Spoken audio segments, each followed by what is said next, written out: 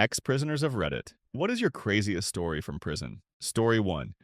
I was hanging out one day in the law library. Some new kid came in, quiet, just reading something. One of my boys, I'd been locked up with him over a year at that point. Chill guy, in for drug dealing. Just got up, walked over, and beat the absolute crap out of the kid. Not just a knockout, he literally beat the life out of him. Blood everywhere. The kid was down and he kept smashing his face until it was completely caved in. I stepped back and just watched, not wanting to get jumped by the COs when they came rushing in. They dragged the kid away, lifeless, and cuffed my guy. I saw him once more before I got out and asked what happened. All he said was, "I felt like fricking somebody up." Since then, I've had major trust issues. Watching an 18-year-old kid get beat to death in front of me, that messed me up. Story 2. When I went to prison, I was 340 pounds, lazy, had never worked out, and had been abusing drugs and alcohol since I was 15. One day, a guy in amazing shape pulled me aside and asked, "Do you want to live the rest of your life like this?" I said no. He brought me into his workout crew, and by the time I got released a year and a half later, I was down to 215 pounds with a six-pack and a new sense of confidence and purpose. I've never been the same since. Story 3. There was an older guy in my block who had spent most of his life alone in the mountains with just his dog. One day, his neighbor killed that dog. So, the man followed him to a grocery store and blew his head off with a shotgun in the parking lot. Whatever your opinion on that, the guy lost the only thing he loved. He had no family, poor health, and no money. But everyone in the block took care of him. When guys were about to get released, they gave him their belongings. We bought him snacks, hygiene items, and did what we could to make life better for him. When I left, I gave him my electric shaver, coffee mug, some books, and all my instant coffee. He never asked for any of it. We just knew he needed it. One new guy tried to steal from him once. He ended up in the infirmary. There were a lot of good men in there. People who made bad choices but didn't deserve the length of their sentences. The system is broken, but most of the people inside aren't. Story 4. I spent a weekend in a city jail for a DU. I was an idiot. Got 3 wild stories from it. First, there was a guy in solitary screaming, "They sold my biatch crack," over and over, slamming the steel door. Guards in riot gear came in and beat the hell out of him. We just saw clothes flying out and him being marched away, bagged and gagged like in Con Air. Second, in the drunk tank with 20 other dudes, one guy was sitting on the back of the toilet with his feet on the seat. Another guy asked to use it. First dude said, "Go ahead," and spread his legs. Third, I spent the whole night talking to 2 guys who seemed chill. In court the next day, I found out one of them had nearly beaten someone to death just hours before. Goes to show you never really know who you're talking to in jail. Story 5. Guy 2 cells down from me had stomach cancer. Medical refused to test him for 3 months. When they finally did, it was terminal. It had spread to his lungs and vital organs. One night, his stomach ruptured. He was in unbelievable pain, crying out, and it took his cellmate several tries to get help. The guards came, made him get in a wheelchair. He couldn't even move. Medical staff accused him of faking it and ignored him. Guards didn't know what to do, so they locked him in a common room overnight. The next morning, they finally took him to the hospital. By then, sepsis had set in.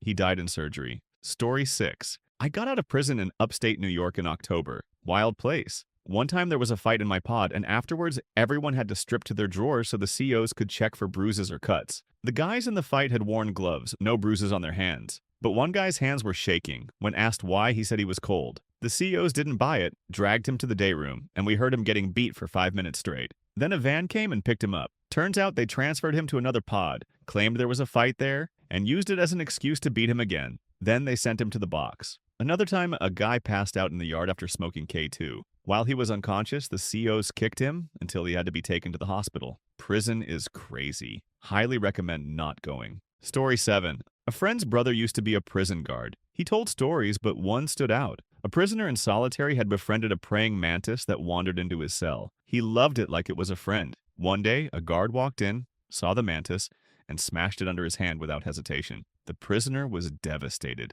Story 8. My wife's brother was in Rikers during the 1980s. He said the guards were basically in gangs. They worked with prison gangs to organize beatings, SA, and even murders. If a guard wasn't with the program, they got threatened or pushed out. They smuggled in drugs, ran the black market, and brutalized LGBTQ prisoners. There was one drag queen they regularly assaulted with batons, let inmates rape, and eventually tried to have killed after he contracted HIV and it spread through the prison. The craziest part? The drag queen defended himself outside of prison, killed one of his attackers, and ended up back inside. There, he was tortured again and finally killed. Years later, from 2011 to 2014, The brother said prison had changed. Still awful, but nowhere near as brutal or chaotic as the 80s. Story 9. A friend of mine did a short stint.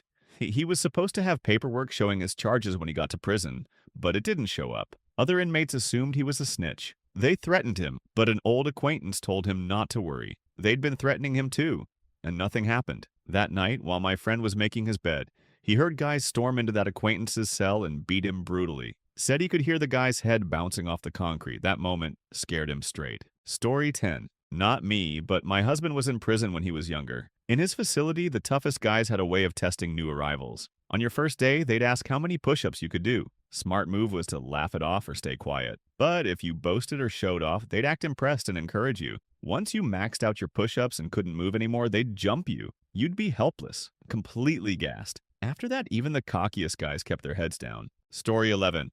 I got a DUI in a neighboring county. I was going through a rough patch, so I said frick it, and never showed up to court. Figured, catch me if you can. A couple months later, I got charged in my own county. Boom! Extradition. I end up in that other county's jail. Rough stop, to put it lightly. One night, I'm in my cell on the second floor. They bring in a new guy who's asking for everything. Phone calls, food, being a pain. A CO comes up, talks to him, then leaves. The guy starts freaking out, yelling, banging on his cell door, screaming, "He called me a N-word." Then a CO walks up, waits for him to start screaming again, and sprays mace down his throat through the 2-inch crack in the door. Just walks away. For 45 minutes, the guy is gasping, wheezing. Eventually, they drag him out and cuff him in the shower with water running over him. After hours of gasping, they finally take him to the hospital. Story 12. I spent a couple weeks in county jail. On day 1, during intake, they made it crystal clear. Don't joke about self-unalivement. By day 3, I had a read on the other guys. I was the biggest white guy, so all the other white dudes gravitated toward me. One of them, clearly mentally delayed, acted like a 12-year-old, nonstop talking, bugging everyone. I warned him to chill. He didn't listen. One day in the shower, he went full chaos, singing, joking, then poops on the floor on purpose. He kicks it on the walls and stalls. Trustees had to clean it up while he laughed from his cell. The next day, everyone hated him. He got cold-shouldered hard. Eventually, he cracked and told the COs he was going to harm himself. Bad move. They dragged out the Blue Burrito, a 10-foot foam mat with red belts. They rolled him up tight, strapped him down, and dumped him in his cell like a sausage. He spent 12 hours like that, immobile, crying and moaning. After that night, he didn't speak or make eye contact again. One night in the Blue Burrito broke him. Story 13. My wife was a surgical nurse at a university hospital. Inmates would get transferred in from state prisons. A common trick? Shove a bed spring up their butt so they could go to the hospital. They were completely honest about it. Hospital food and being around women made it worth it to them. That kind of desperation is more terrifying than any scared straight program. Story 14. My ex-boyfriend was in prison. Scariest thing he saw? He was in the shower with one other guy when 2 men came in and attacked the guy, slicing open his back. Blood everywhere. My ex jumped on the side of the tub to avoid getting hit by the blood. One of them looked at him and said, "You." Saw nothing. He was 18 and said he was shaking like a scared dog. The guy survived, but that scene stuck with him forever. Story 15. One guy racked up too much debt in prison, borrowed from everyone, never repaid. To avoid the consequences, he climbed up onto the roof of the cell block and started shouting demands like he was in a movie. The whole place went into lockdown for 2 days. When he finally came down, they sent him to solitary.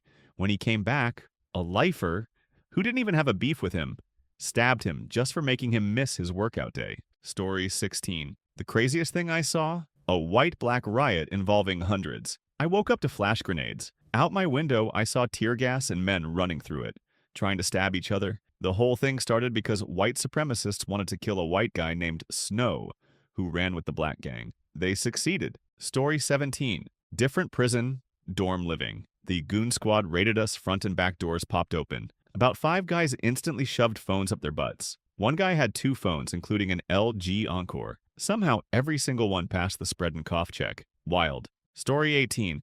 I used to work out with the guy across the hall.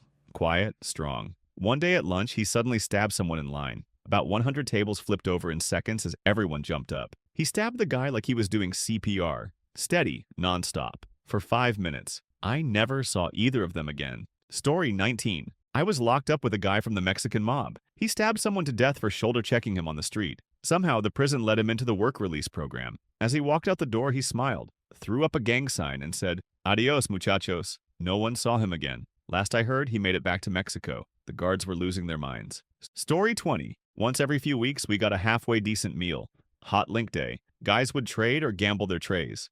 If someone lost their tray on Hot Link Day, it was war, fights, blood, chaos. Grown men sobbing or getting beat senseless. The guards? They'd stand by and watch like it was pay-per-view. Didn't lift a finger unless it got truly out of hand. That's how much food mattered. Story 21. I was facing at least 80 years in prison because my friend did something terrible. I won't go into detail, but I was innocent. The police didn't care and locked me up. Imagine being someone who's never really done anything bad your whole life, suddenly staring at 80 years for nothing. You have to adapt or get eaten alive. I adapted.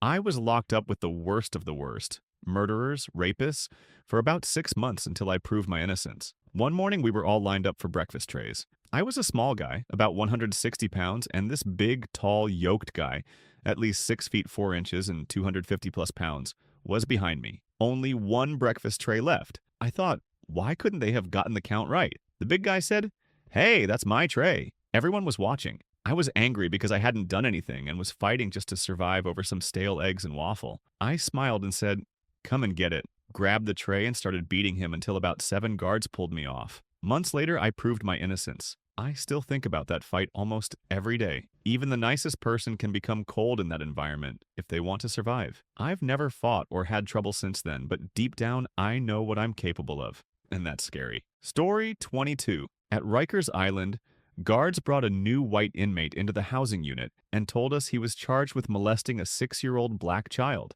One black inmate told him the kid was his nephew. They made the white inmate strip naked and run around the dorm while other inmates punched, kicked, and tripped him. He kept getting up and running, crying, but eventually curled up fetal on the floor. 3 inmates gathered and kicked him until he was unconscious and bleeding. After about 10 minutes, officers came in, broke it up, and carried the bleeding inmate out on a stretcher. He had been mistakenly placed in general population instead of protective custody.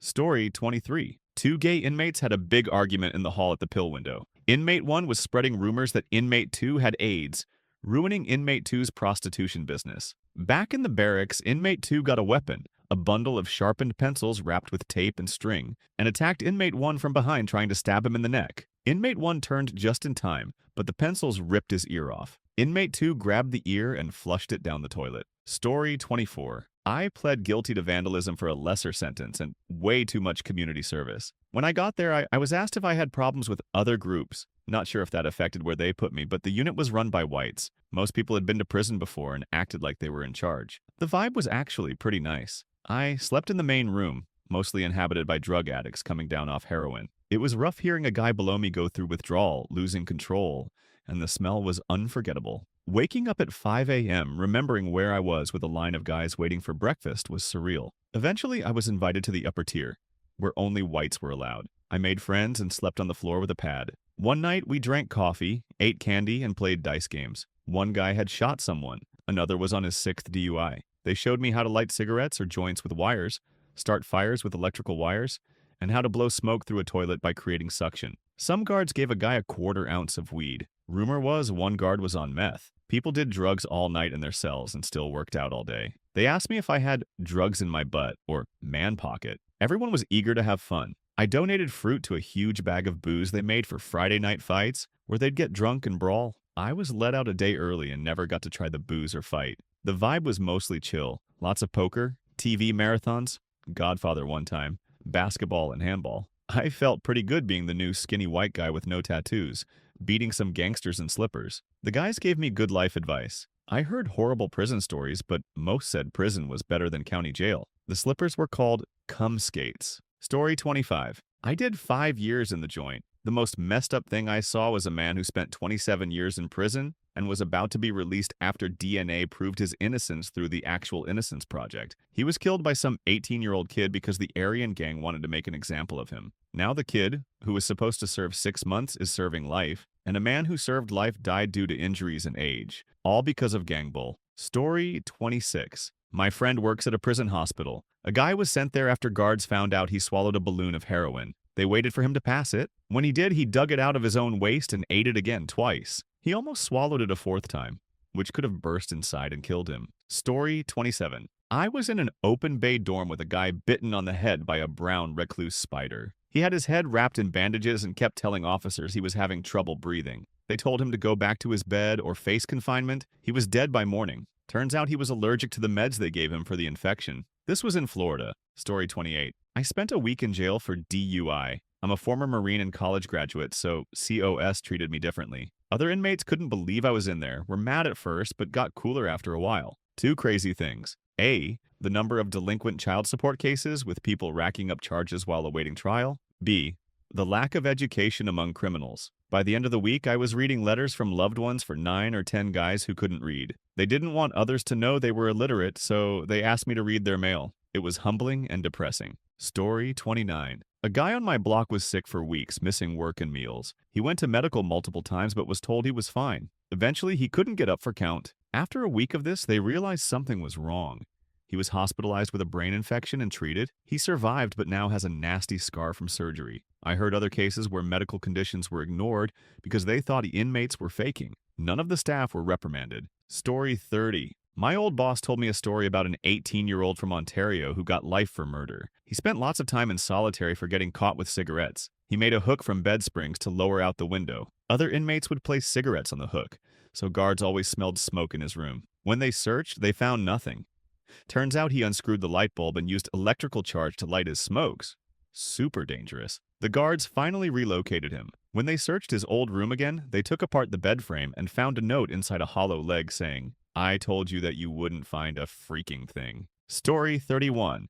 When I was in Cook County Jail, Chicago, everyone started stabbing people at random. In Cook County, people are divided between peoples and folks depending on the gang they are affiliated with. Those who aren't affiliated with a gang are neutrons. The stabbing started because in Cook County, peoples pray to Allah and folks to Jesus. One of the peoples refused to pray to Allah.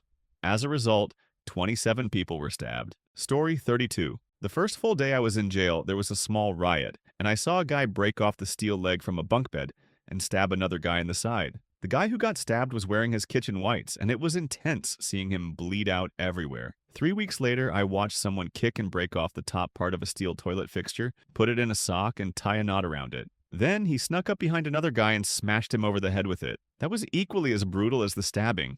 Maybe worse, because I could see the open wound on his head. I could see his skull through his skin. Story 33. Not a con or a CO, but I did a job shadow at a Supermax facility. Here's some of the stuff the guards told me. One story came from the SHU, Secure Housing Unit. They said they had a zombie the previous night. When I asked what that meant, one of the guards said they were doing suicide checks and noticed an inmate eating his own arm. By the time the extraction team got there, he had chewed all the way down to the bone. Another story was about a new inmate trying to make a name for himself. On his first day in general population, he tried to fight the biggest guy there. He got knocked out and was put in solitary. When he got out, he did the same thing again. This happened 3 or 4 times, and apparently he still hasn't given up. Story 34. I worked with a guy who did time at a maximum security prison in upstate New York. The prison was split into 2 buildings, one for the more dangerous inmates and one for those who weren't violent or had earned better privileges. He was on the East Block with a 19-year-old kid who was chummy with the right people and played the game. They both got transferred to the West Block for good behavior. The kid had debts with some people from the East Block, though, and he thought he was safe. One day, my coworker was sent to the horticulture room. He walked in and saw 6 or 7 guys standing in a circle. The kid was on his knees. He was being forced to do something explicit to all of them. Story 35. Standard procedure in prison. When prisoners go to chow or somewhere else, they form 2 single-file lines going in opposite directions. As my friend was walking out, he saw someone on the other line get their throat cut. The guy behind him pushed him forward and said, "Don't look, just keep walking." No one stopped. The man died right there on the floor. Story 36. I was once in a holding tank in Brownsville, Brooklyn, on a substance charge. It was packed, mostly with regular hood guys on bogus marijuana charges. People were talking, trading stories. One guy stood out. He was loud and funny and had a wild story. He said the last time he was locked up, it was also packed. Someone had to go to the bathroom really badly and just did it right there. While still on the seat, 5 guys grabbed him and threw him to the floor. And everyone, even the quiet white guys and older Asian dude, took part in beating the crap out of him. Story 37. I did 13 months in various terrible prisons in Louisiana. Worst thing I saw? 2 guys got into it over what they call a little boy, an inmate who's forced into being someone's punk. They fought over who he belonged to. Later, one of them cooked up a mix of grits, milk, oatmeal, powdered milk, glue, anything he could find, and microwaved it over and over. Then, without warning, he walked past the other guy and threw it in his face. It stuck like napalm, melted his face off. One went to the hole, the other went to medical. Coolest thing I saw? Someone rigged a set of hair clippers to charge a cell phone. Story 38. I spent nearly 4 years in Massachusetts state prisons for substance trafficking. Craziest thing? Two South American guys, one Colombian, had a beef. They tied their left arms together with bed sheets and fought with razors melted into toothbrush handles. Lots of cuts, lots of blood, but nothing fatal. The guards didn't step in. It was the early days of AIDS. I also saw tattoos being done with cigarette ash ink and a Sony Walkman motor for the needle. Another time in Concord, I saw guys try to inject something using a sports ball inflation needle and a makeshift syringe. One guy got it to work. The other ended up with a weird bubble the size of a potato on his arm. Story 39. I worked for a year as a CO while going to college in Texas. At the time, the Texas Department of Criminal Justice would hire anyone. Most COs were working for gangs. Pay was terrible, but the parking lot was full of luxury cars. The wildest thing I saw? A large Jamaican inmate and a small older white man shared a cell. They decided to have consensual relations, but the Jamaican got rough. To protect himself, the white guy grabbed a pen and started stabbing him. My team went in to break it up. We dropped a tear gas grenade in the cell. As we rushed in, I'll never forget seeing the Jamaican, laughing through the smoke, getting stabbed and still not stopping. He just kept going. I had to grab the white guy's legs while he screamed. Later, I escorted him to medical. He had even stabbed himself a few times by accident. That event convinced me to change careers. I became a mechanic after that. I also once escorted Carlos Coy, South Park Mexican, to dialysis. Story 40. During breakfast, a crazy guy took all the sugar from our table and went to make coffee in his 2-liter jug. Sitting beside me was the unit's loudmouth. Every unit has one. The night before, he'd gotten into it with the crazy guy. While I was eating my cereal, the crazy guy came back. He gave me a look like, "Move." I didn't. He put the jug right in front of my face and then dumped it on the loudmouth. Everything happened in slow motion. The loudmouth jumped up screaming, his skin melting from his neck down. Half his face peeled off. The crazy guy looked at me again, like I warned you, then sat down and casually ate his breakfast.